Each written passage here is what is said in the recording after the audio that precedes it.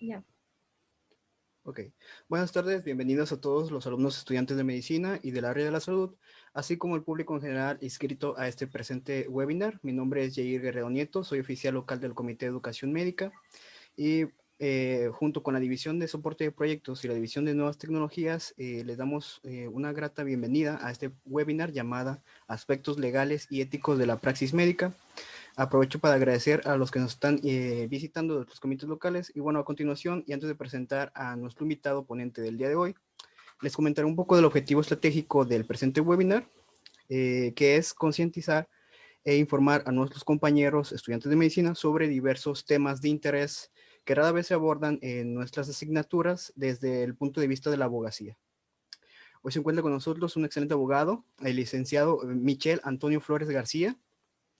Me voy a permitir leerles parte de, de su currículum.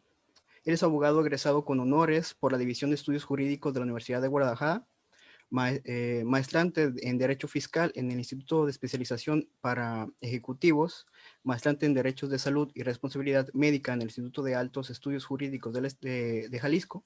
Cursó el diplomado en Derechos Procesal de Amparo en la División de Estudios Jurídicos de la Universidad de Guadalajara. Cursó el diplomado de alta especialización en lo penal tributario en el Instituto Mexicano de Análisis Tributario. Cursó el diplomado en sistemas anticorrupción impartido por la Universidad Panamericana en conjunto con diversas instituciones. Es docente en el Instituto de Especialización para Ejecutivos Campus Guadalajara. Ha sido coautor en diversos artículos relacionados con las materias de Derecho Administrativo, Derecho Constitucional y Derecho de Daños. Ha sido expositor y penalista en diversos foros relacionados con las materias de Derecho Administrativo, Derecho Constitucional y Derecho Administrativo Sancionador. En su práctica profesional destaca el litigio y asesora en las materias procesal, constitucional, administrativo, responsabilidad patrimonial del Estado y fiscal. Forma parte de la firma Peña Briceño, Peña Barba Abogados desde el año 2017. Y bueno, simplemente nada más agradecerle enormemente, licenciado, por aceptar esta invitación y compartirnos de su experiencia con todos nosotros. Le cedo la palabra, adelante. Si pueda proyectar su presentación, por favor. Sí, claro que sí. Pues antes que nada, muchas gracias a ustedes por la invitación. Es un tema que me gusta mucho en lo particular, todos los temas del ámbito del derecho a la salud, más allá de una responsabilidad. Soy fiel creyente de que lo que importa es la previsión, no hay que llegar a un proceso de responsabilidad. Y bueno, una carrera tan interesante y tan demandante como es la medicina, creo que no merecería menos. Siempre platicando con colegas médicos, les preguntaba algunos aspectos de su carrera. Por ejemplo, me llama la atención que creo que tienen una sola clase de aspectos legales en algunas carreras en las que he estado. Y pues son aspectos muy mínimos y la justificación creo que es más que válida. Tienen que estudiar y analizar tantas cuestiones en su carrera que pues evidentemente meterse al mundo del derecho sería hacer esto, sería hacer un parteaguas. Sin embargo, por la cantidad de responsabilidad y de complicaciones que pueden tener, creo que sí es importante este tipo de pláticas, este tipo de análisis muy superficiales. Y bueno, pues más que nada, nuevamente, gracias Jair, gracias por esta invitación y pues espero que sea de utilidad. Miren, primero me gusta hablar de las responsabilidades y de las consecuencias que pueden llegar a tener. Porque si a mí me hablan de la responsabilidad y de lo que puedo llegar a cometer, ya pongo atención, ya como que dijeron más el tema. Si me hablan de aspectos legales, y es como que, no tanto, déjenme nada más lo escucho. Entonces, vamos a empezar con esa parte. Miren, estos son los procesos legales en los que puede intervenir un médico, que como vemos, son bastantes. Primero, me gustaría analizar este tópico. La conferencia a la que me invitaron se llama Aspectos Legales y Aspectos Éticos. Entonces, la sociedad civil y la sociedad médica juegan un papel a veces más importante que el derecho. En el derecho, con que tengan un buen abogado, es más que suficiente.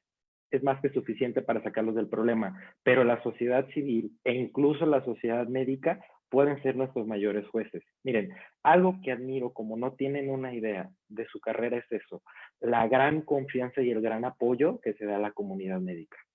Si ustedes van con un médico y el médico tuvo una mala praxis, un médico no se los va a decir abiertamente. Va a encontrar una forma de cubrir, y es algo que lo admiro, porque con nosotros voy con el abogado y aunque el abogado ha hecho un buen trabajo, tenemos desgraciadamente esa mala costumbre. Sin embargo, hay ocasiones en que la propia sociedad médica sí se convierte en un juzgador del médico y genera más consecuencias. Simplemente analicemos el caso del movimiento Yo Soy 17. Si se acordarán, fueron estos médicos que intervinieron al niño.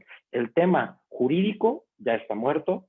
El papá de este niño no tuvo ningún éxito, pero les aseguro que esos médicos, a donde quiera que vayan a trabajar, o incluso con la propia sociedad civil, no van a tener la misma percepción. Entonces, sí hay que tener en cuenta esos dos factores desde el aspecto ético. Ahora, involucrémonos en la parte legal. Miren, puede haber, de hecho aquí está al revés, no sé por qué dice proceso laboral, es un procedimiento sancionatorio. Ya vi, es que está movido. El aspecto sancionatorio que yo creo que es el más común, el que todos conocemos, que es el proceso penal. En el proceso penal, ¿cuál es la consecuencia? La privación de la libertad e incluso la pérdida de la licencia. Yo creo que es el que más debe de preocupar a un médico. Pueden participar, si trabajan en un hospital que pertenezca al sector salud, IMSS, o etcétera, pueden participar en un proceso de responsabilidad administrativa, porque aunque ustedes son doctores, son servidores públicos porque trabajan para un hospital público y como tal pueden ser sujetos de un procedimiento de responsabilidad. Si están en un hospital privado o están por su cuenta, bueno, pues pueden tener problemas de índole laboral. Puede haber un procedimiento indemnizatorio. Los procedimientos indemnizatorios son cuando se demandan a ustedes como médicos o al hospital para obtener una indemnización. Y hay dos procedimientos. Hay un proceso de responsabilidad civil, que son hospitales, doctores, instituciones clínicas, hospitalarias, todo que sea netamente privado. Cuando hablamos de una institución pública, hablamos de un procedimiento que se llama responsabilidad patrimonial del Estado. Vamos a abordar esto más adelante. ¿Cuáles son las consecuencias ahí? Son consecuencias económicas.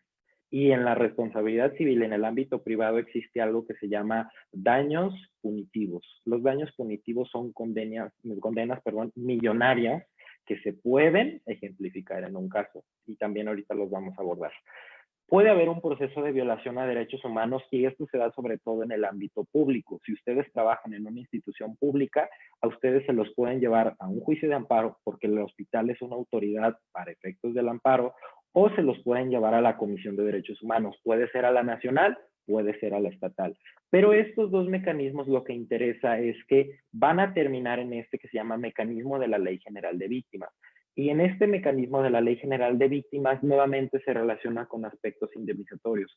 Como va a existir un pago, vamos a terminar acá y sí hay que tener un cuidado porque es su patrimonio. Ahorita son estudiantes, la mayoría, tengo entendido, están haciendo ese patrimonio, están haciendo su carrera profesional. No atender uno de estos procedimientos, dejen ustedes la trayectoria profesional, el patrimonio se los puede consumir.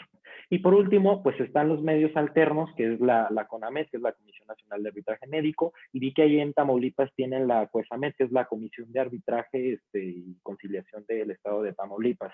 Estos son mecanismos alternos, no son autoridades formalmente, ellos lo que ven es buscar o preservar la relación médico-paciente. Y pues lo que me gusta de este tipo de procedimientos es que son netamente en medicina. Aquí no tienen que ver aspectos legales. Aquí se va a analizar el arbitraje, por ejemplo, por médicos certificados que van a analizar su praxis médica y si ustedes realizaron correctamente la praxis médica, no tienen nada por qué temer. Aquí no se involucra tanto al derecho. Bueno, vimos ya todas las consecuencias. Un aspecto paralelo. Todos estos procedimientos que vemos aquí se pueden ejercitar al mismo tiempo en contra de ustedes. No es que me puedo ir a uno, no es que me puedo ir al otro, todos pueden estar al mismo tiempo. Eso es lo delicado y así de complejo está, si hay un problema médico, así se puede complicar. Por eso, ahora sí, ya que vimos las consecuencias, vámonos al tema de la prevención y cómo cuidar estos aspectos. Miren, para empezar, el derecho a la salud es un derecho humano. ¿Qué implicaciones tienen? Es un derecho que se encuentra en la Constitución, está en el artículo 4. ¿Cuál es su contenido? Son dos esencias. Primero, el derecho de las personas como tal a gozar de la salud. Y el segundo, la obligación del Estado para que ninguna persona pueda interferir en este derecho. Esta obligación se traduce como el objetivo o la finalidad que tiene el artículo es la procuración de la salud y el bienestar de las personas.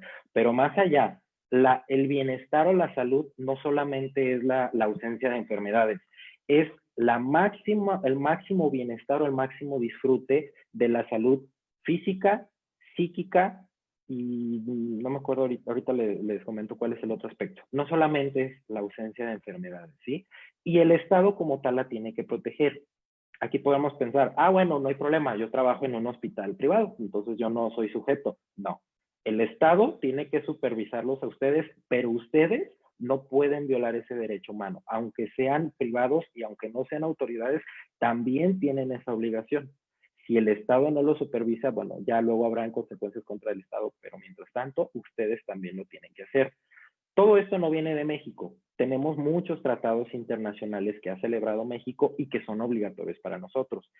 Por ejemplo, el Pacto Internacional de Derechos Económicos, Sociales y Culturales, obliga a todos los estados a que reconozca el derecho de toda la persona al disfrute más alto posible de salud física y mental. Volvemos a lo mismo, no solamente es la ausencia de enfermedades. Aquí está. La Ley General de Salud, que es la que los regula a ustedes, es no solamente la ausencia de afecciones y enfermedades, ¿sí? Bueno, vamos a utilizar dos términos que es importante comentarlos. Lex artis y lex artis ad hoc. Son los que determinan si hubo una responsabilidad médica o no. La lex artis es definida como, bueno, lo voy a leer literalmente, criterio valorativo para calibrar la diligencia exigible en todo acto o tratamiento médico. Ustedes mejor que yo me podrían decir, por ejemplo, Yair, te pregunto, si te llega una persona con tales síntomas, con tales padecimientos, con tales antecedentes de su historial clínico, ¿qué tratamiento seguirías? Y tú me dirías, puedo hacer esto y puedo hacer esto. ¿En base a qué? Pues mira, porque hay un protocolo internacional de tal universidad, o hay un manual del IMSS, o hay tal estudio que me lleva a tomar esa decisión. Ustedes mejor que yo lo saben. Porque a diferencia de cualquier aspecto, por ejemplo, en derecho tenemos leyes y tenemos que respetarlas. Con ustedes no. ¿Por qué? Por la naturaleza de a lo que se dedican. Es conforme a los avances de la ciencia médica, conforme a los protocolos de actuación, conforme a, no sé, a los manuales internos de organización, etcétera. Por ejemplo, ahorita ya tenemos más avances en COVID, pero yo quisiera verlo preguntando a algunos de ustedes el primer día de la pandemia, a ver, tengo tal afectación de COVID, ¿qué tengo que seguir? Híjole, pues no tengo nada. ¿Qué es lo primero que tengo que hacer? A lo mejor pues se asemeja a una bronquitis, puedo a lo mejor tener este tratamiento, pero no hay nada en ese caso. Ya que hay estudios, ya que hay investigaciones, ya que se definió un protocolo de actuación, si ustedes no lo siguen, pues ahí es donde hay una violación a esto que se llama la Lex Artis.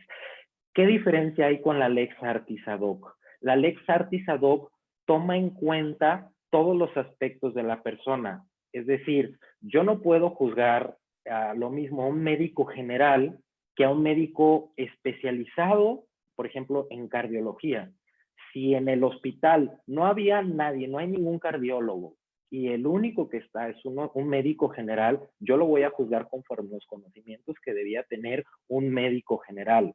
Si hay un médico especializado, un cardiólogo que tiene 30 años de experiencia, que tiene muchos reconocimientos y comete un error de esta naturaleza, no lo voy a juzgar igual que el médico general por todo lo que él ya conoce, ¿sí?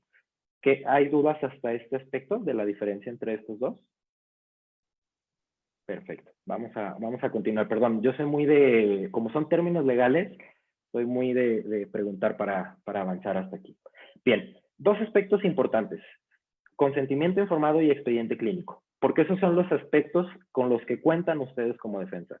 El expediente clínico, tenemos dos normas oficiales, esta es la del expediente escrito, tenemos una para expediente electrónico, y pues es literalmente la prueba que tienen ustedes para acreditar su debida diligencia médica, porque aquí se tiene que poner todo, todos los aspectos esenciales del paciente, lo que les dijo desde que llegó con ustedes, cuáles fueron los tratamientos, los medicamentos o las recomendaciones que ustedes están haciendo, etcétera. Si el paciente no se cuidó, si el paciente no siguió el tratamiento, si se siguieron todas las especificaciones de lo que les digo de la Lex Artis, ustedes no van a tener responsabilidad. Pero ¿dónde tiene que constar? Aquí, en este expediente. Si no está en este expediente, no significa que ya por eso pues van a perder un procedimiento, pero es mejor que conste desde aquí. Entonces, el hecho de que no esté integrado el expediente, ¿me puede dar lugar a una responsabilidad? No, porque vamos a ver que cada procedimiento tiene sus requisitos. Uno de ellos que ahorita vamos a ver es que haya una relación o haya una causa-efecto entre el daño que tuvo el paciente y esa omisión del expediente clínico. Por ejemplo, parte del acto de la omisión que produjo el daño, si a partir de tal circunstancia se produjo una ausencia de información que conllevó a la pérdida de la oportunidad de haber corregido el daño o impedido que este ocurriera. Si el paciente les manifiesta, por ejemplo, que es alérgico a la anestesia, que es el más común en responsabilidad médica, y no lo asientan en el expediente clínico, aquí hay un problema. Porque cuando le llegue al anestesiólogo, si el anestesiólogo checa el expediente y no está que el paciente era alérgico a la anestesia, uy, ahí tienen un tema, porque la responsabilidad sí es de ustedes. Si es un dato irrelevante que no tuvo una consecuencia con el daño, pues bueno, no va a ser motivo de responsabilidad, quizá de una sanción interna del hospital, una llamada de atención, a lo mejor una multa, pero de ahí no va a pasar. Ahora, del consentimiento informado. Aquí, esta es crítica general. Lo bueno es de que somos carreras que coincidimos en este aspecto. A veces el consentimiento no es tan informado, porque ustedes le dicen a un paciente, ah, sí, es que lo voy a someter a un tratamiento y utilizan muchos términos médicos. Y quizá para efectos de un médico, pues está bien y está justificado. Pero si al paciente no se le informan en su lenguaje, que lo entienda, los alcances de ese tratamiento, se puede desvirtuar el consentimiento informado. Es muy importante tener esa claridad, quizá ya ponerlo como es en el expediente clínico, pero sí explicarle con detenimiento al paciente. ¿Cuál es la finalidad del consentimiento informado? Son dos. Primero, es la autorización de la persona para someterse al tratamiento que pues, puede tener consecuencias en su salud, en su integridad física o inclusive hasta en la vida misma. Y tiene un segundo aspecto, que es la obligación de ustedes, como personales médicos, de informarle las consecuencias que pueden pasar. Aquí quiero hacer un paréntesis. Miren, en derecho existe, sobre todo en responsabilidad civil, dos tipos de responsabilidades. Una que se define como contractual y una que se define como extracontractual. La responsabilidad contractual es cuando ustedes celebran un contrato de prestación de servicios con su paciente. Y en ese contrato vienen y se especifican cuáles son las obligaciones de cada uno. Yo médico, a ver, no me puedo comprometer a curarte, pero yo me voy a comprometer a preservarte la vida, por ejemplo, o alguien que tenga una enfermedad crónico-degenerativa. Me voy a comprometer a preservar lo más que pueda, conforme a los avances, tu vida. Tú te vas a comprometer a que vas a seguir mi tratamiento, vas a tomarte los medicamentos, vas a venir a revisión, te vas a hacer tales estudios, etcétera, etcétera. Si alguno de esos dos incumple ese contrato, pues hay una responsabilidad. Bueno, cuando ustedes pactan en ese contrato de prestación de servicios algo tan valioso como la vida, ya no es responsabilidad contractual, se transforma en una responsabilidad extracontractual. La vida, la libertad, la dignidad, entre muchas cosas, no son sujetas del comercio, no pueden ser un acuerdo de voluntades por ser tan importantes. Entonces, en este consentimiento informado, por ejemplo, alguien viene y dice, ah, quiero someterme a un procedimiento de eutanasia. La eutanasia en México todavía no es legal, solamente en algunos países es legal, aquí en México no. Pero él dice, no, es que yo me quiero someter a la eutanasia y necesito que tú me apoyes. Y ustedes dicen, ah, está bien, es su voluntad, aquí está el consentimiento informado, me lo firmas y ya, vámonos a la eutanasia. Pues va a haber un severo tema de responsabilidad, porque insisto, la vida no se puede pactar, ni en un contrato de prestación de servicio médico, ni en un consentimiento informado, ni en cualquier documento, ¿sí? Esos aspectos es muy importante. Y lo más importante, ese contrato ese consentimiento informado es nulo y no los va a blindar. Hasta aquí un aspecto relevante, aborto y eutanasia, que ustedes los van a ver muy comúnmente en la práctica.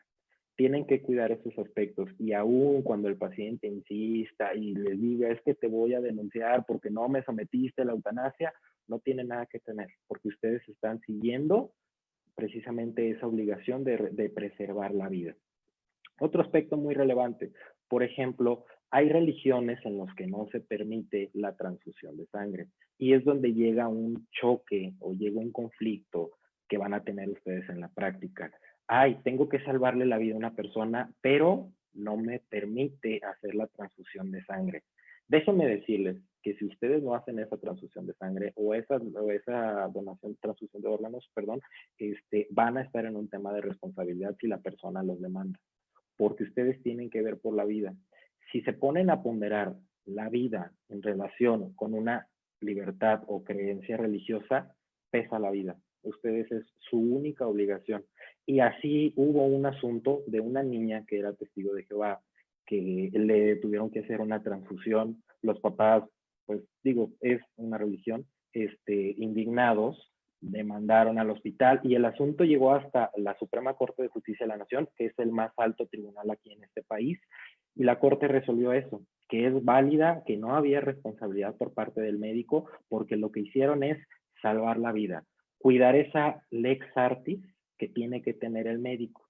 Ya el hecho de que se haya afectado ese tema, pues bueno, tendrá que ser motivo de otro tema, de otra compensación, pero ustedes van a cumplir. Si ustedes no ponen eso en el expediente clínico, los papás tienen esta religión, me están impidiendo que haga la transfusión a la niña, pero si no le hago esta transfusión conforme a tal criterio, puede perder la vida. Con eso es más que suficiente. Nuevamente hablamos lo mismo, que todo conste en el expediente clínico o en el consentimiento informado. Y otro aspecto relevante, en cada procedimiento donde se intervenga al paciente que pueda afectarse, se tiene que recabar el consentimiento. No es como que un paciente llegue al inicio, le recabo el consentimiento y ya, como ya le recabé el primero, ya no hay que darlo en cada ocasión. No. Cada que vayan a realizar un tratamiento, aunque vengan 2, 3 intervenciones, hay que volverlo a recabar, porque esa es la forma en que ustedes como médicos se protegen. Si no tienen ese consentimiento y se puede ocasionar algún daño, quizá conforme a las circunstancias de la ciencia médica pueda ser justificable, pero ante la ley, eso sí les va a traer una complicación para su defensa. El reglamento de la ley de salud, contiene un supuesto de excepción para que no recaben el consentimiento informado. ¿Cuál es este supuesto de excepción? La urgencia o que el paciente esté incapacitado y que no pueda otorgar el consentimiento informado y a lo mejor ahí en el área de urgencias, en el área de espera, no hay ningún familiar, no hay ningún tutor, no hay nadie que pueda decidir por él. En ese supuesto y estableciéndolo en el expediente clínico, pueden realizar la intervención quirúrgica sin recabar ese consentimiento. Nada más, miren, aquí algo importante. Previa valoración del caso y con el acuerdo de por lo menos 2 médicos. Hay hospitales en los que, uy, qué belleza que hubiera 2 doctores, que nada más hay uno. Ese no es un impedimento, no se preocupen. Si se demuestra que no hay más que un doctor, con que un doctor tome la decisión, no hay problema. Si es un hospital donde hay más especialistas, hay más profesionales, pues bueno, sí se tienen que ser 2 médicos los que van a autorizar, van a dejar asentado en el expediente clínico, van a realizar la intervención médica y no hay ningún problema. No hay nada de qué preocuparse para ustedes. Bueno, esas son las implicaciones generales del derecho a la salud. Vámonos ya como tal, ¿cuáles son las consecuencias en un aspecto penal? Voy a hablarles de generalidades en el aspecto penal por una simple razón. Mi especialidad no es el derecho penal. Yo les puedo hablar desde la perspectiva de abogado todas las generalidades, lo que vemos en la práctica, pero si, por ejemplo, ustedes van a ser sujetos de un procedimiento así, yo lo que les recomiendo es un abogado especializado en materia penal. En los casos que nos ha tocado llevar aquí en la firma, nosotros podemos llevar el aspecto indemnizatorio, que ahorita los vamos a mencionar, pero siempre que tenemos involucrado un tema penal, tenemos a nuestros penalistas que son los que van a llevar este tipo de procesos. ¿Qué consecuencias pueden pasar en el aspecto penal? Pues bueno, nos van a privar de la libertad si salimos responsables y si hay una consecuencia. Va a haber una multa que viene también prevista en la ley penal. Se tiene que realizar la reparación del daño. Si ocasionaron un daño a una persona, pues hay que pagarlo. Y aquí vamos a entrar en un aspecto, ahorita lo vamos a comentar, para calcular el daño. Y por último, pueden ser sujetos también de la inhabilitación para ejercer la medicina, que ese yo creo que es el más grave. Como sea, solventando el problema, pues nos volvemos a poner a trabajar y volvemos a generar un patrimonio. El problema es de la inhabilitación. Bueno, ¿qué aspectos particulares tienen ustedes en Tamaulipas? Primero, los médicos son responsables por delitos cometidos en el ejercicio de su profesión. Ustedes como persona van a ser juzgados como persona, pero si siendo médicos cometen un delito, van a ser juzgados como tal y van a tener las consecuencias de ser médicos. Segundo, además de la pena que se contemple para cada delito en particular, se les va a suspender desde 1 mes hasta 2 años y si hay reincidencia en un delito, se les va a privar de la licencia médica. Es decir, no me van a suspender la licencia durante tanto tiempo, no. Me la van a quitar y esos 12, 13 años que tuve de estar en la escuela, que estar aquí escuchando al maestro de Guadalajara, que ya me aburrió, ya me enfadó con tanta ley, o ya me asustó porque ya ahora sí ya no quiero ir al hospital, pero no, ahí van a quedar. Y por último, los médicos están obligados a la reparación del daño por actos propios y por los de sus auxiliares. Esto es un aspecto muy importante porque aquí en Jalisco, por ejemplo, no se contempla así, allá en Tamaulipas sí. Por actos propios es yo soy el que cometo la responsabilidad. Por las de los auxiliares es yo soy el jefe, soy el director, y yo indico a mi personal, al médico, al R1, al R2, al R3, al R4, y ellos se equivocan, yo soy responsable y yo voy a ser el que voy a pagar por lo que cometieron todos ellos. Ese es un aspecto que se llama como la responsabilidad por hechos ajenos, ¿sí? Y bueno, se puede aplicar a los médicos en estos supuestos. Cuando otorguen la responsiva para cuidar a un enfermo o un lesionado y lo abandonen sin causa justificada. Es muy importante que si van a abandonar a este tipo de pacientes o el paciente los abandona, dejar constancia, porque fíjense en la segunda, hacerse cargo de la atención de un lesionado que éste abandona el tratamiento, pero que no se le comunique a la autoridad competente. Eso se conoce como abandono de personas. Y si no consta las razones por las cuales él dejó el tratamiento, pues ustedes incluyen ahí en una responsabilidad. No quiero hablarles de todos los delitos, ponerles los artículos, porque sinceramente vuelvo a lo mismo. Ustedes tienen ya bastantes cosas que aprender como para venir a llenarlos de leyes. Nada más vamos a analizarlos así superficialmente. Miren, falta de atención médica en casos de urgencia. Ustedes no se pueden negar nunca a atender a un paciente. Oye, pero es que no tiene seguro. Tienes que hacer lo esencial nada más para estabilizarlo y canalizarlo a un hospital donde sí lo puedan atender. ¿Cuál es la consecuencia de no atender a una persona en casos de urgencia? Pues bueno, la multa es de 1 a 5, es unidad de medida y actualización. Se conoce como UMA, está en 84 pesos, o sea, de 84 pesos a 480 más o menos. 500 pesos, póngale. De 84 a 1 pesos. Eso no hay problema en la multa.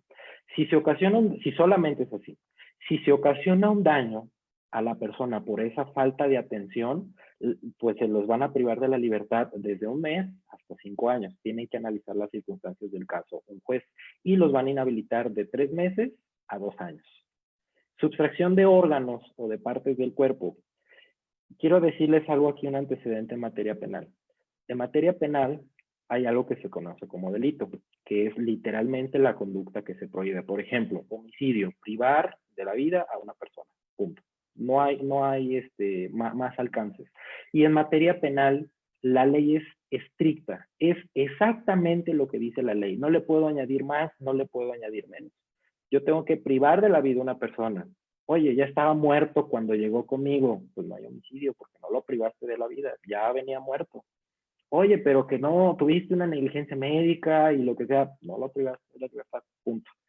Y aquí dice, sin consentimiento y sin requisitos legales.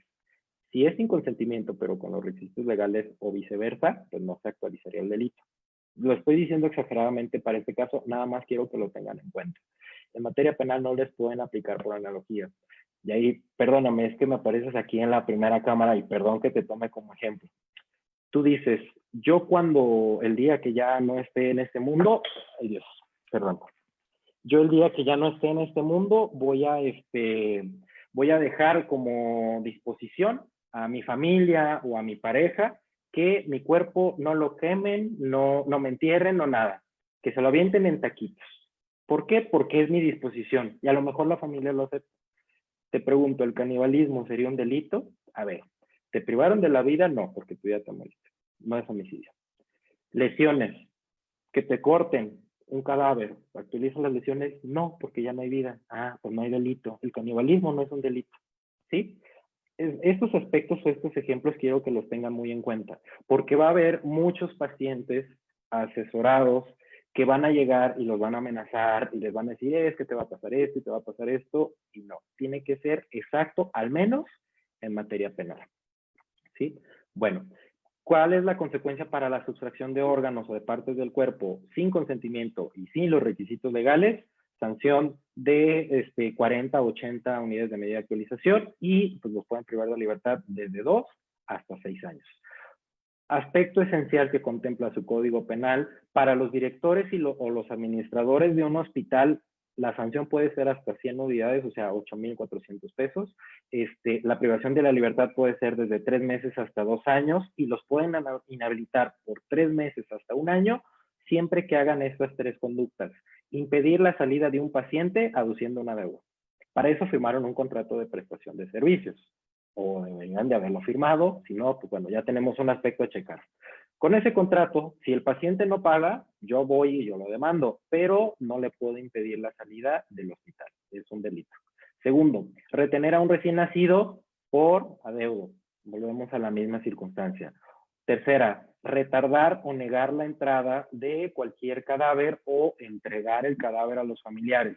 Solo hay un supuesto de excepción, salvo que se requiera orden de la autoridad competente. En ese caso, pues sí, a ver, óyeme, yo necesito la orden de alguien para entregártelo, bueno, no hay problema. Pero fuera de ahí, no podemos hacer ninguna de estas circunstancias porque estaríamos cometiendo un delito, sobre todo el director y el administrador del hospital. Vuelvo a lo mismo, responsabilidad por hechos ajenos. A lo mejor el director ni enterado está de estos temas, pero él tiene esa responsabilidad y tenemos que tenerlo en cuenta. Bueno, esencialmente son los del aspecto penal. No me quiero meter a los conocidos que es homicidio, que son lesiones, porque espero que con el siguiente aspecto de la responsabilidad médica, esos aspectos queden respondidos. Miren, ¿qué necesitamos siempre? ¿Qué es lo que les decía? Necesitamos que se configure esa imagen. Necesitamos un daño. El hecho ilícito ahorita lo vamos a definir, pero necesitamos un hecho ilícito, pero que haya una relación de causa-efecto entre el daño y entre la consecuencia, perdón, entre su actuar irregular. ¿Cómo podemos definir esta parte? Pues miren, llega una persona, o bueno, está una persona, tiene un accidente automovilístico y llega una ambulancia. Cuando llega la ambulancia, la persona fallece. Llega al hospital, no voy a mencionar alguno, pero le niegan la entrada porque no tiene seguro. Entonces, en lo que le niegan la entrada, en lo que se pelean, en lo que llega el abogado y le dicen, bueno, está bien, lo tienes que atender, lo atienden. Y pues ya se dan cuenta que la persona está fallecida. Y pues los van a demandar. Vamos a actualizarlo en estos elementos. ¿Cuál fue aquí la mala praxis médica? Negar la atención médica. Ok, perfecto. ¿Cuál fue el daño? Pues el paciente se murió, hay un daño. Pero hay una relación causa-efecto entre la muerte y la irregularidad. No. ¿Por qué? ¿Por qué se murió el paciente? Por un accidente ajeno a mí. No hay esa conexión. Y puede haber responsabilidad médica, un actuar irregular, puede haber la presencia de un daño, pero no hay ese conector entre los dos. Y eso es lo más importante, porque créanme, en la práctica es muy complicado desde el punto de vista del paciente acreditar estos aspectos. ¿Qué obligación tienen ustedes como médico? Acreditar que su praxis médica fue la correcta. Esa sí es una carga que van a tener en un procedimiento. que es lo que les decía de la Lex Artis, la Lex Artis ad hoc y las normas oficiales mexicanas. Son los únicos 3 aspectos que tienen que cuidar ustedes. Si yo cumplí la norma oficial mexicana para el uso de anestesia, para el uso del expediente clínico, para el uso del consentimiento informado, para tal aspecto, lo acredito con esto. ¿Con qué? Con mi expediente clínico, hice tal intervención y ya, no necesitan nada más. Quienes les tienen que acreditar a ustedes los otros 2 elementos, el daño y que todo deriva de un irregular médico, es el paciente. Entonces, vuelvo a lo mismo. ¿Qué aspectos tenemos que cuidar? Que esté en el expediente clínico porque es su mejor defensa que van a tener con ellos. Vamos a analizar la responsabilidad civil. ¿Qué aspectos podemos destacar de una responsabilidad civil? Miren, en responsabilidad civil hay 2 tipos de responsabilidad, la objetiva y la subjetiva. La responsabilidad objetiva la tenemos todos nosotros, los que tengan vehículo. Desde el momento en el que nos subimos a él, ya tenemos esa responsabilidad. Si participamos en un accidente, no importa que no haya culpa. Si hay daño, si le ocasionamos un daño a la otra persona, nos van a demandar conforme al objetivo. Se radica en el objeto, en las sustancias peligrosas, que es como lo quisieron equiparar a la anestesia. Y es que la anestesia es una sustancia peligrosa y ya por eso no necesito acreditar que hubo culpa. No. En medicina se necesita una responsabilidad subjetiva, es decir, que hubo error, dolo o culpa, negligencia, impericia o como lo quieran llamar, pero siempre tiene que intervenir el médico.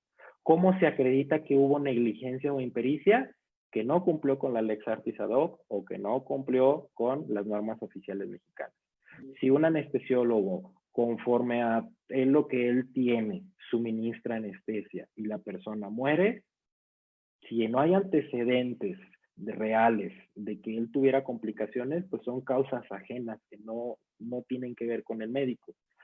Si el anestesiólogo tiene los antecedentes, ve que el paciente es alérgico y aún así la suministra, pues ahí tenemos un problema a considerar. Pero siempre tiene que haber una responsabilidad. Una frase que utiliza mucho la Suprema Corte de Justicia de la Nación y que me encanta es la siguiente. La obligación de los médicos es de medios, no de resultados. ¿Sí? ¿Por qué? Porque la obligación del médico no es curarla al enfermo, sino hacer todo lo que esté a su alcance para llegar a ese fin. De medios, no de resultados. No se le puede exigir a un médico porque sería además imposible y sería desconocer a la ciencia médica, pero sí que desde su preparación haga todo lo que esté a su alcance para intentar preservar la vida. Si se puede curar, pues curar, si no, para preservarla o hacer todo lo que esté a su alcance para que no exista un sufrimiento, no haya una mayor consecuencia, ¿sí? Eso hay que tenerlo muy en cuenta, porque va a haber incluso muchos abogados, por desgracia, que van a llegar, no, es que tú hiciste y que te voy a demandar y todo. No hay que caer en ese tema. Segundo, la responsabilidad de los jefes de área, los directores, es lo que les comentaba de la responsabilidad por hechos ajenos. Ellos, como jefes de área y como directores, tienen ciertas funciones. Y dentro de esas funciones es coordinar a todo su personal. Si un médico está en un equipo y el jefe del área no está supervisando a los demás, el jefe del área va a ser responsable y va a responder. Quizá los médicos integrantes del equipo también, pero mientras tanto el jefe del área va a tener que pagar. Recordemos que estos procedimientos son económicos, donde les van a demandar el pago de cantidades. Entonces, es tema de dinero, es tema de cuidar, hay que cuidar el patrimonio. Por último, responsabilidad del hospital, propia y por hechos ajenos. Quizá no esté tan correcto que lo mencione de este punto, pero quiero decirles para que ustedes como médicos se cuiden. Muchas veces las fallas o las responsabilidades médicas no son de los médicos, son de las instituciones y sobre todo se da en el sector público. Y a veces no tanto de la institución, viene desde temas ajenos como el presupuesto. Y ahorita lo vemos en COVID. Si ustedes como médicos no me dejarán mentir, ustedes como médicos los cuidan, les dan el instrumental que necesitan, les dan los medicamentos que requieren para dárselos a los pacientes, ¿no? ¿Por qué? Por las cuestiones que sean. Si el hospital no tiene el instrumental, no tiene los medicamentos y no tiene estas cuestiones que son necesarias para salvarle la vida a un paciente, ¿va a haber responsabilidad médica? Sí. pero no de ustedes, es de la institución. Como institución, ¿tengo que cuidar estos aspectos? Sí, porque si no te van a demandar. Si yo voy por COVID y me dicen, necesitas, digo, no estoy muy metido en el área, o a lo mejor digo una barbaridad, pero necesitas un respirador, pero ¿qué crees? No lo tengo. Híjole, sobre todo si es una institución pública, qué grave, porque ahí es confesar una responsabilidad, porque deberías de tenerlo porque estás dando el servicio a la salud, no del médico. Recuerdo un caso, fue como a mediados de junio, si no me equivoco, donde un médico en Guerrero precisamente está siendo sujeto de un proceso penal. ¿Cuál fue su pena? Que no tenían medicamentos para tratar al COVID y le dijo a los familiares, ¿sabes qué? No tenemos medicamentos. Tú cómpralos y aquí se los ponemos. Se murió esta persona porque no compraron los medicamentos y lo están acusando a él de abuso de autoridad porque estaba en una institución pública y pues de muchas otras cosas, de homicidio y de otras cosas. Y vuelvo a lo mismo, ¿es responsabilidad del médico? Al contrario, yo no lo veo mal, pues a veces ustedes tienen que trabajar con lo que tengan en ese momento, pero tiene que constar en el expediente clínico. No se le administran medicamentos porque no hay en este hospital.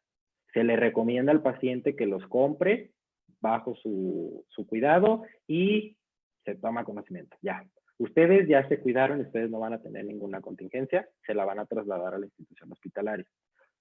Entonces, pues bueno, por hechos ajenos es lo que les decía. Si en un hospital está un médico y comete una negligencia médica, también puede ser responsable.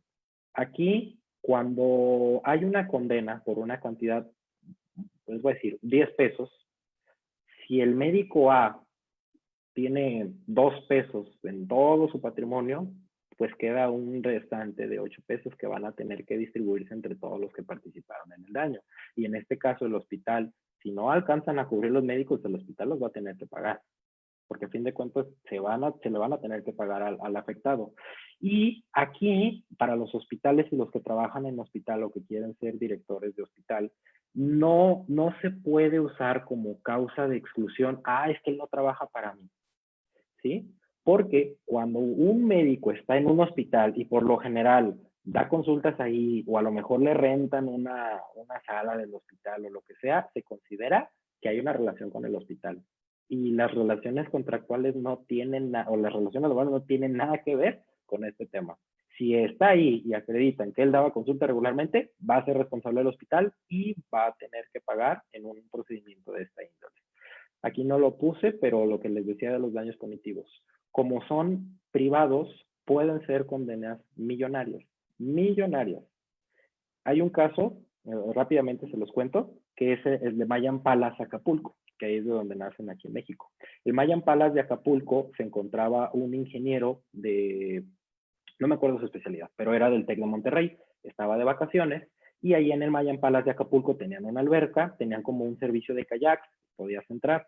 Abajo, en el agua, había una bomba hidroeléctrica, y esta bomba no tuvo el debido cuidado, para no hacerles el cuento largo, el punto es de que el estudiante se cayó, se murió, y aparte el hotel no tenía los debidos cuidados, no tenía personal de servicios de primeros auxilios, la ambulancia tardó como 2 horas en llegar, a los familiares no le informaron que ya estaba muerto, les dijeron que iba ahí medio grave todavía al hospital, y por todas estas consecuencias se les aplicó esto de los daños punitivos. ¿Cuál fue la condena? 30 millones de pesos para el hotel. A esto les digo, hay que tener cuidados para los que están en el sector privado. ¿Sí? Bueno, responsabilidad patrimonial del Estado, para no meternos tanto, es cuando trabajan en instituciones públicas, IMSS, ISSSTE, hospitales del sector salud de ahí de Tamaulipas, etcétera. Aspectos relevantes, la responsabilidad objetiva y directa. Aquí, nuevamente, volvemos a analizar el tema de ¿cómo decirlo? La deficiencia de la prestación de los servicios de salud. Eso es lo que radica en la responsabilidad patrimonial del Estado. No se va a situar en el médico, se va a situar en la institución médica. ¿Sí? Si no tiene el material, si no tiene medicamentos, si el médico comete una negligencia como parte de su personal, va a haber una responsabilidad y es directa porque ahí no les van a cobrar a ustedes como médicos públicos. Aquí pueden descansar. Lo va a pagar directamente la institución. La delegación Tamaulipas, la delegación Colima, etcétera. Pero sí tiene una acción de repetición la autoridad, que es, yo autoridad me condenaron a pagar 10 millones de pesos, está bien, los pago bajo mi presupuesto, pero puedo irme a repetir en contra del médico o de los médicos responsables. Consejo práctico, ¿saben cuántas veces he visto que ejerzan esta acción? Nunca. Yo no la he visto en lo particular, sí existe, pero pues ahí todo se le va a cargar a la institución. Ventajas, pues bueno, como médicos pueden estar tranquilos. Desventaja, al menos en este aspecto. Desventajas, pues es a costa del erario y pues es a costa de todos nosotros. Por último, mayor estándar de responsabilidad, porque al ser una institución pública, pues debe de cuidar todavía más el derecho a la salud. Debe de tener protocolos y debe de tener, en teoría, mejor instrumental o al menos tener el esencial para atender a toda la población. Pues, bueno. De tiempo, ¿cómo vamos de ahí? Porque creo que me estoy extendiendo un poquito. Estamos bien, licenciado. ¿Sí? Sí. Ok, perfecto. Miren, quiero comentarles un caso, este es un caso real, sobre todo porque lo que les voy a comentar tiene que ver más con cuestiones médicas que con cuestiones legales, para que quede muy claro esta parte del nexo causal. Miren.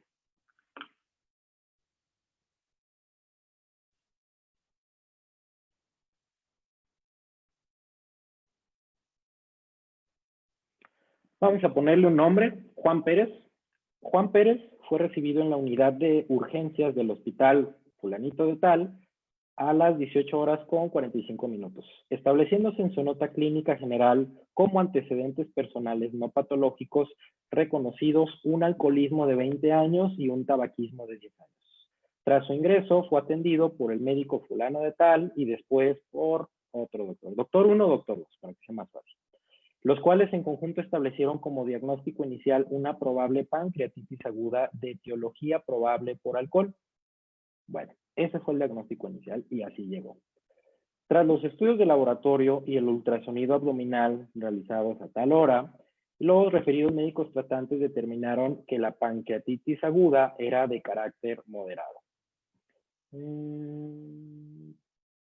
En consecuencia, los médicos tratantes informaron a los familiares que la inflamación del páncreas no ameritaba alarma quirúrgica, por lo que decidieron trasladar al paciente al área de hospitalización, indicando reposo gastrointestinal, analgésicos, bloqueador de bomba de protones y restitución hidroelectrolítica, dejando el siguiente día la realización de una tomografía abdominal. Creo que vamos bien hasta ahorita, no hay alarma quirúrgica, va todo bien. Durante la noche, y a las 11 de la noche, entre 11 y 2 de la mañana del siguiente día, las notas del expediente muestran que Juan Pérez tuvo altas temperaturas y 3 vómitos de contenido biliar. Se le administraban medicamentos como Dolac, Sofran, Carnoprim, Graten y Losec para contrarrestar el fenómeno gastrointestinal y bla, bla, bla. A la mañana siguiente, aproximadamente a las 6 horas con 30 minutos, el médico de guardia realizó el primer análisis del paciente, señalando que presentaba abdomen con dolor a palpación sin reborte. No obstante, a las 9:50 presentó una crisis convulsiva tónico-clónica generalizada, dejándolo en estado posictal, por lo que fue atendido por el médico de guardia, quien tras pasar la crisis convulsiva solicitó una interconsulta, neurocirugía y medicina interna. Ok, ya te empezamos a tener complicaciones. A las 10:47 horas, el médico cirujano tratante y el doctor 2 acudieron a revisar al paciente, dieron cuenta del ataque convulsivo, indicaron que el paciente se encontraba neurológicamente íntegro y solicitaron varios estudios.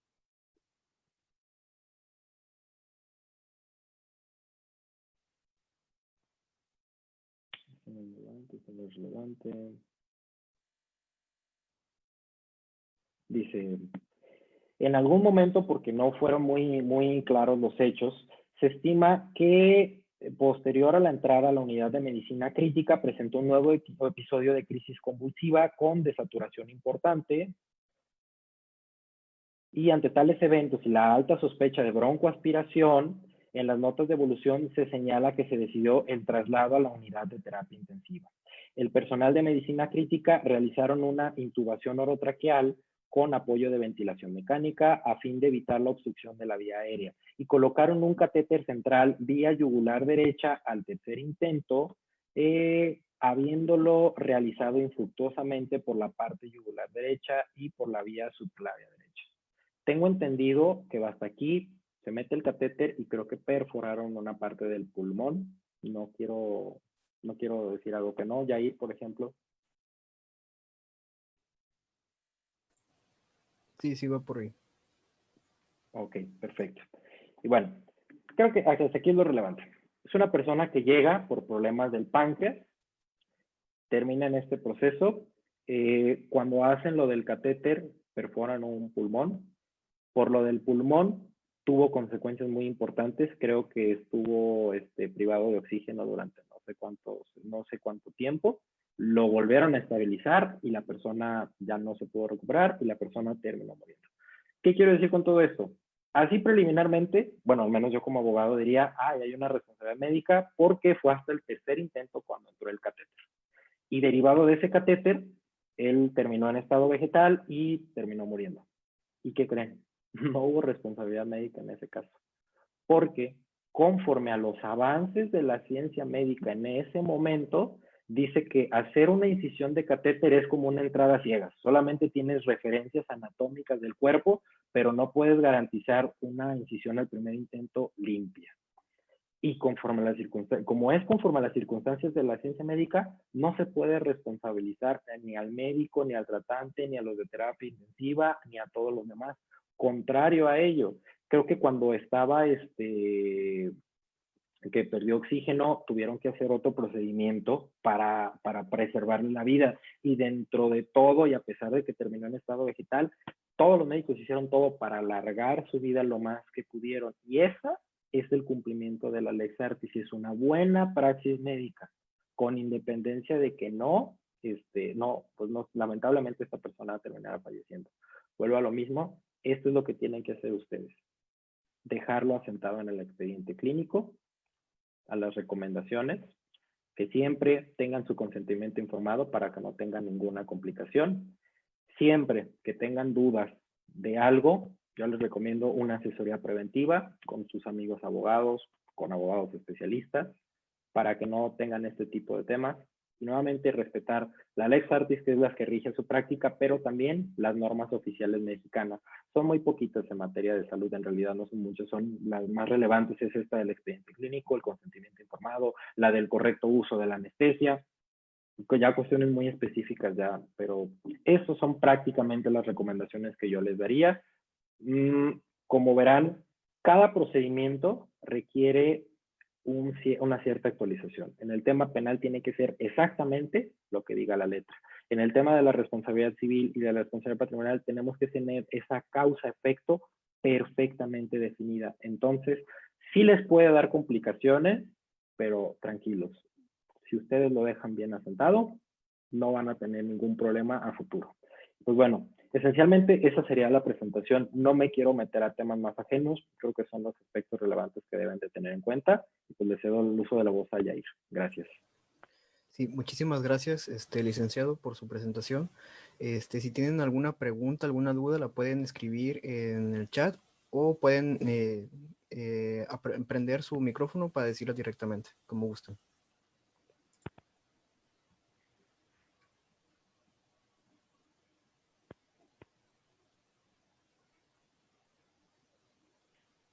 Eso me preocupa. No sé si de plano no hay preguntas porque no me entendieron o... Esperemos que fue porque lo explicó muy bien, licenciado. Bueno, ok. ¿Tienen alguna duda, pregunta?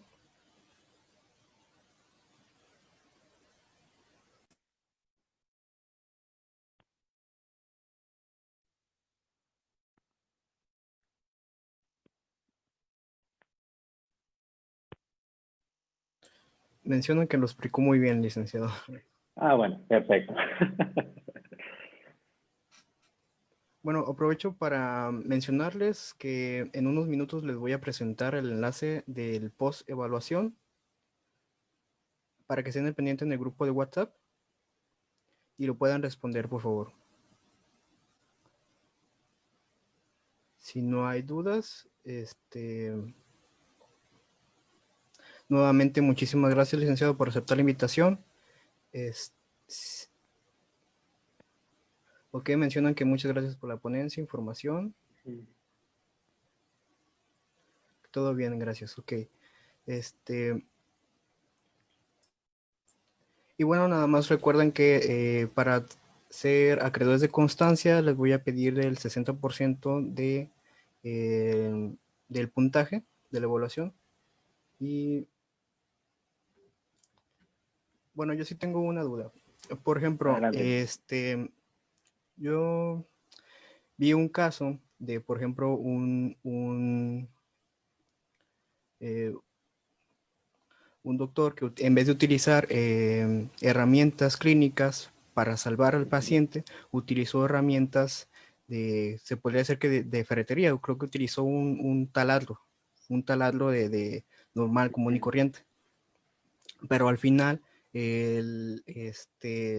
no hubo complicaciones, no hubo infecciones, no hubo nada de eso. ¿Qué opina de ese caso? Mira, yo considero que si se deja constancia de que sí lo esterilizó, porque evidentemente se lo sacas de la carpintería, por decirlo así, y lo metes en la persona, pues híjole, tendrás un tema. Si dejas constancia de que pues sí tuviste los cuidados adecuados, lo esterilizaste y dejas constancia de que no tenías nada a tu alcance, pues no lo vería mal, de hecho lo vería como parte de esa obligación tan grande que tienen ustedes, que a veces es improvisar y actuar con lo que tienes a la mano. Yo no vería ninguna complicación, eh, siempre que dejes asentado eso en el expediente. ¿Por qué lo hiciste? Porque si esa es una práctica habitual, pues sí, sí te diría que hay un tema, ¿no? Que tienes que cuidar. Pero Ok, muchas gracias, licenciado. Otra duda que se me ocurre en ese momento, por ejemplo, cuando se está teniendo un paciente y nosotros como futuros médicos internos de pregrado, a veces nos dan más responsabilidades de las que deberíamos de tener como médicos internos de pregrado, que nos dan ya responsabilidades de algunos pacientes que tienen algo para que sea atendido por un especialista médico, por un doctor especialista. ¿Qué se puede hacer en esos casos? ¿qué se puede hacer en el ámbito interno? O sea, para que el doctor no te dé esa responsabilidad a ustedes como NIP. O... Si en dado caso de que haya alguna complicación y haya alguna demanda, ¿en quién caería la responsabilidad? Mira, aquí te haría la pregunta. Si el médico celebra el contrato de prestación de servicios, ¿quién lo firma? El médico, ¿no? Él te lo transfiere a ti internamente. Entonces, conforme a lo que te decía, es como con los jefes de área. Si yo voy a poner el ejemplo, otra vez el ejemplo. Tú, Yair, tú eres el doctor, tú eres el especialista del área. Danae, tú eres la MIT. Yo voy contigo, Yair, y yo digo, ¿sabes qué? Yo quiero someterme a tal intervención quirúrgica. Vengo contigo, Yair, porque tú eres un doctor reconocido, tantos años de experiencia, y yo celebro el contrato contigo. Y tú dices, está bien, nada más que pues yo ahorita tengo mucha chamba, a lo mejor tengo otras cosas que hacer. Danae, te doy toda la responsabilidad, tú atiéndelo. Si hay una complicación y Danae tiene una complicación más allá, yo te voy a demandar a ti porque yo celebré el contrato contigo. Y tu Ok, responsabilidad, si tú la delegaste, es tú celebraste el contrato conmigo. Si lo vas a delegar, tú tenías que supervisar que estuviera bien, como si tú fueras el responsable. ¿Verdad? Entonces ahí, pues sí, la responsabilidad sería del médico, del que intervino, y más si es especialista y está canalizando algo especializado a un médico interno. muy bien, muchas gracias. Sí quedó entendido. Tenemos una pregunta más. ¿Se le puede negar la atención al paciente en caso de agresión física al médico? Siempre que no es, bueno, es que si está en un caso de riesgo, pues creo que lo menos que podrá hacer es agresión física.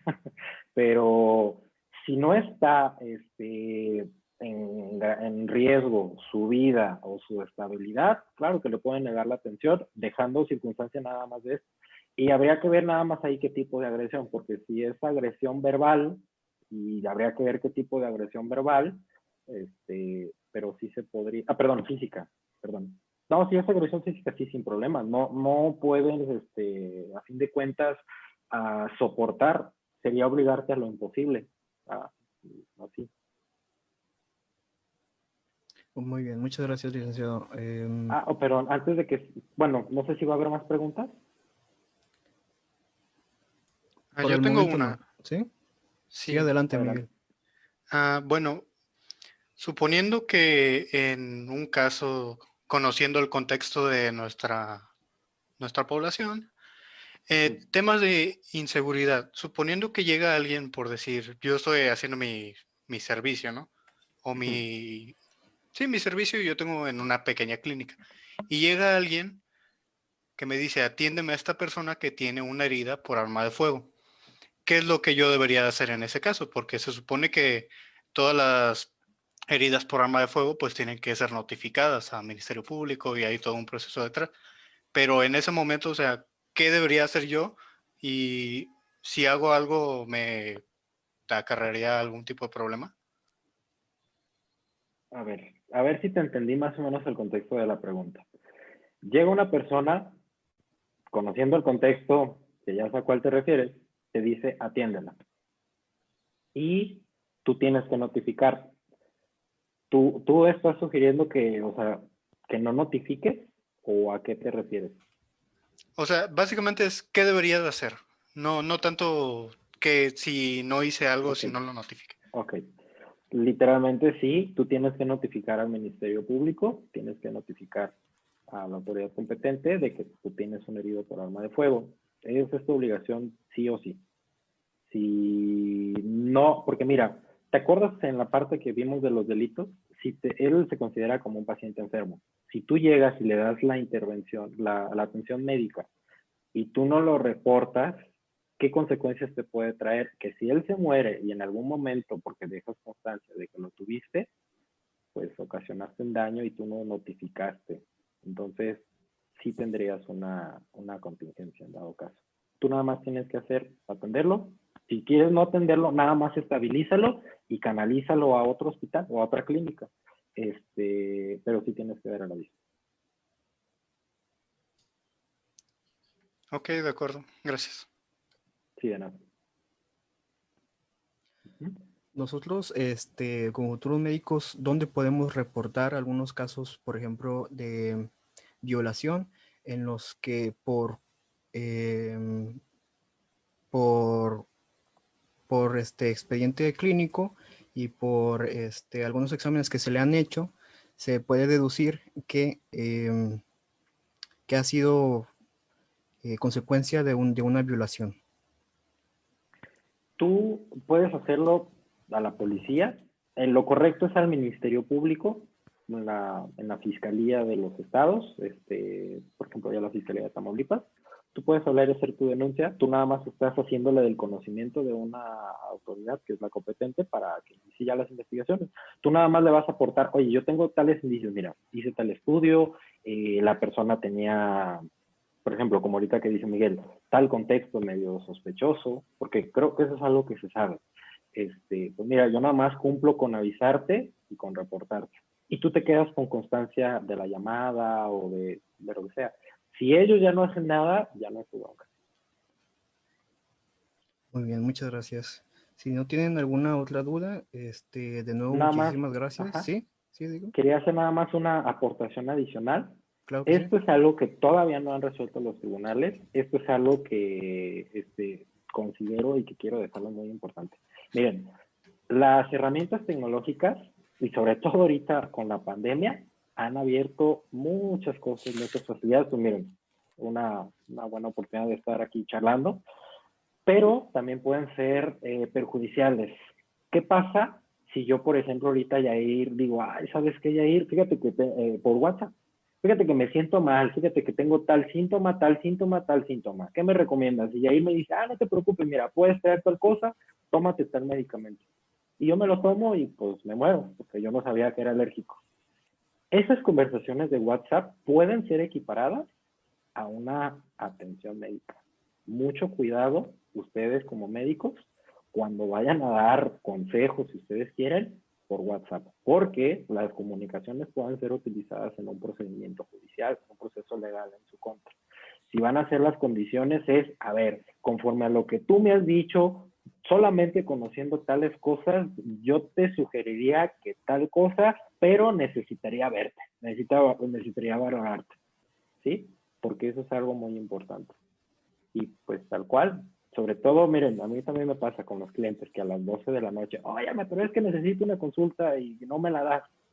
Si ustedes responden por lo general a esas horas de la noche, a las 12, a la 1, a las 2 de la mañana, y lo hacen de manera habitual, y a lo mejor le dan el seguimiento y le dan los consejos a esta persona, y un día no lo hacen, aguas, porque pudiera ser considerado como un abandono del tratamiento por parte de ustedes. Insisto, no lo ha resuelto ningún tribunal, pero como están resolviendo con estas nuevas tecnologías, es un riesgo. Y nosotros es lo que siempre hacemos con nuestros clientes. ¿Sabes qué? Cuida estos aspectos nada más. Es mejor. ¿Cómo no? Te lo digo en persona. O ven a mi consultorio y con mucho gusto te atiendo. Como un aspecto nada más adicional para que se cuide. Y perdón, gracias, Jair. No, muchas gracias a usted, licenciado. Una pregunta más. Se ha visto en algunos casos que una persona, siendo estudiante de medicina, esté practicando como ayudante en una cirugía. ¿Eso viene siendo un ejercicio ilegal de la medicina? Más que ilegal, sería responsabilidad del médico que lo está permitiendo. Te voy a decir dos aspectos. Te voy a decir la versión del abogado y mi versión personal. Versión del abogado sería un acto irresponsable de negligencia del médico si lo permite. Y la responsabilidad exclusivamente recaería en el médico, no en el estudiante, porque él es el encargado, incluso del director o del jefe médico. De eso te contestaría como abogado. Como yo, como persona, ¿cómo voy a aprender a operar si no es operando? Para mí eso es lo correcto y lo que deberían hacer, no solo en medicina, en todas las carreras. Y siempre bajo la supervisión y vigilancia pues, del especialista, pero yo no lo veo mal. Nada más, si ya eres médico y te va a tocar, cuidar, sí estar supervisando que haga las cosas bien. Muy bien, muchas gracias, licenciado. Perdón por el ruido de fondo. Y bueno, más que nada agradecer a todos los presentes por atender a esta conferencia. Muchísimas gracias de nuevo, licenciado, por compartir un poco de su experiencia con nosotros. Y bueno, les voy a dejar el link de postevaluación en el grupo de WhatsApp para que estén atentos. Muchísimas gracias. Gracias a ustedes. Que tengan buen día.